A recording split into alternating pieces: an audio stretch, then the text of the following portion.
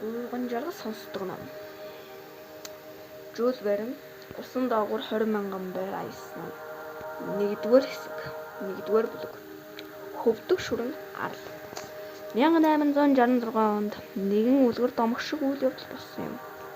Өнөө хүртэл олон хүний цээжинд үлдсэн байх.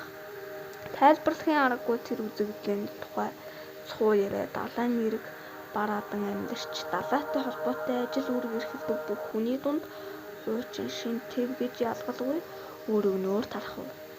Тэр бүхэл янз бүрийн улс орны нэгсийн цэргийн хүчнийхэн хүртэл ихэс санаа зовних болжээ. Хэргийн учир саяхнаас хэмжээ дамжаа хурд хүчээрээ халимнаас хол илүү бөгөөд биеэсээ ялтгар гэрэл татруулах эрүүл хэлбэртэй нэгэн урт зүйлтэй цөөнгүй хөлөг онгоц таарч цочирдоход хүрчээ. Нүдээр үзсэн хүмүүс дүрслэх хэлбэр өөр хоорондоо яг адилхан боловч хэмжээний тал дээр санал зөрөлдөж байв. Зарим нь 200 фут орчим гэх бол зарим нь 1 миль, өргөн 3 миль урттай гэж батлах нь арай дэгс байлгүй. За тэгээд алтан дундаж хэмжээг авч үзлээ. Гэхэд ийм том халимыг шинжлэх ухаан лав урд хожид мэдэхгүй юмдаг. Хүн гэдэг гайхамшигт итгэх дуртай амьтан болохоор тухайн үед хичнээн дуйлан дэгдсэнийг таамаглаж цөхөх зүйлгүй. Ганц нэгэн болгоомжтойгоор үгүйсгэвч Тэнгис далайд ямар нэг авраг зүйл хөвөөд байгааг нь харин эргэлзээгүй болжээ. 1866 оны 7 сарын 20-нд Говернор Хиггинсон хөлөг онгоц Австралийн эргээс 5 милийн зайд усан дээр хөвж яваа аврах том цуллагыг олж харжээ. Газар зам зураг тэмдэглэгдээгүй шүрэн арал илрүүллээ гэж бодож амжаагүй шахуу байтал тэндээс 2 усан баган өргөлөөд 150 фут хэлбэртэй өндөрт босов. 1866 оны 7 сарын 23-нд Номхон далайд аялж явсан Кристобал Колон хөлөг онгоц яг ийм явдалтай таарчээ. Халим төрхт амьтан ердөө 3 хоногийн дотор BBS-ээ 700 бээрийн хол зайтай аялж яваа 2 онгоцтой таарах хэмжээнд тэгтэл худалж чадна гэж юу? Гэтэл 15 хоногийн дараа эндээс 2000 бээрийн зайд түүх давтагдлаа. Үүдөөсөө хөвж явсан Гэлевицай ба Шанон нэртэй 2 хөлөг онгоц Атлантын далайд өнөөх зүйлтэй таарав. Хамтарсан ажиглалтын дүнд уртан дор хаяж 350 фут болохыг тогтоожээ. Гэтэл далайд таарч болох хамгийн том халимны хэмжээ 56 футээс яавч хэтрэхгүй билээ. Бас дээрээс нь өнөөх аврагтай таарсан Перьер, Этна, Норманди, Лорд Клиад хөлийн ахмад ба багийнхны дэлгэрэнгүй тайлан зэрэг нь хүмүүсийг бүр догтлуулж гүйцлээ. Аливаад хөнгөн хуймгаа ханддаг улс орнуудад энэ сэдвээр наригж даапаалах нь гаарсан бол Англи, Америк, Герман зэрэг аливаад няхуур ханддаг улс гүрэн байдал өөр буюу эрүүл саруулаад сонирхон төрж байна. Том хотуудад далайн авраг амьтны тухай сэдэв модонд орж энэ тухай дуулж сонинд бичиж театрт тоглох болжээ. Моби Дик хэмээх цагаан халим хамгийн том хөлөг онгоцыг тэмтрүүлээр орон далайд авч орох чадвартай наймаалж гэх мэт Тэнгис далайн авраг амьтдын тухай сэтгүүлүүд нийтэлж далайн мангасын талаар Аристотель, Плиний нарын бичээс Норвег домог 1857 онд далайн авраг омоогоо харсан гэх Харрингтоны яриаг сөхнө.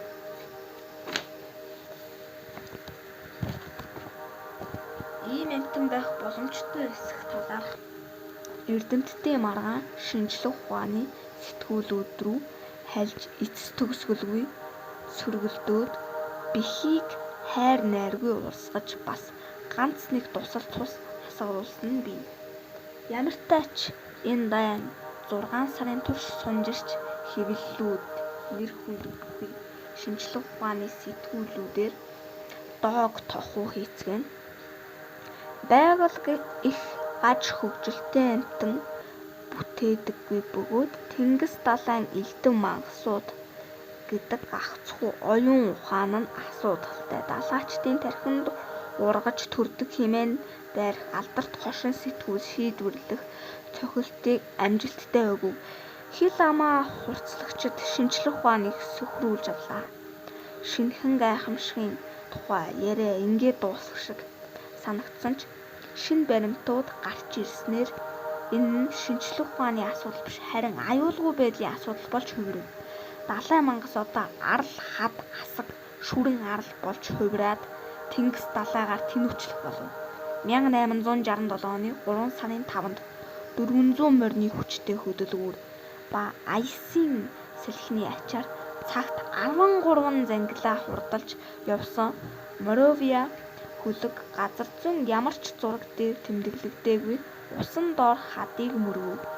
Хэрэв хөлгийн их бие онцгой бат бүх байгаагүйсэн бол газар дээрээ живж 237 хүн амиа алдах байж үүрийн 5 цагт болсон ослын дараа далайчид хөлгийн хитг рүү гүйлдэн юутай мөргөлдснөө олж харахыг хичээж ойр харийн харцаар нягт самнавч 3 кабельт зайтай гадраг дээр босох өндөр давалгааг эс тооцвол юу ч байсангүй.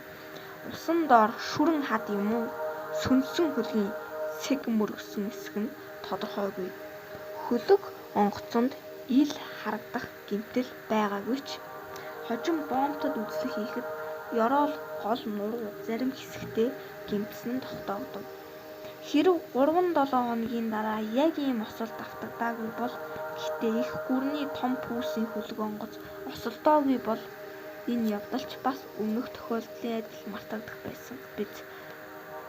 Огтны нүхээр ороод гарахын Овсгоо Самбатай англиэр Кюнард 1840 онд анх 3 ширхэг хүрдэт онгоцтойгоор Ливерпул ба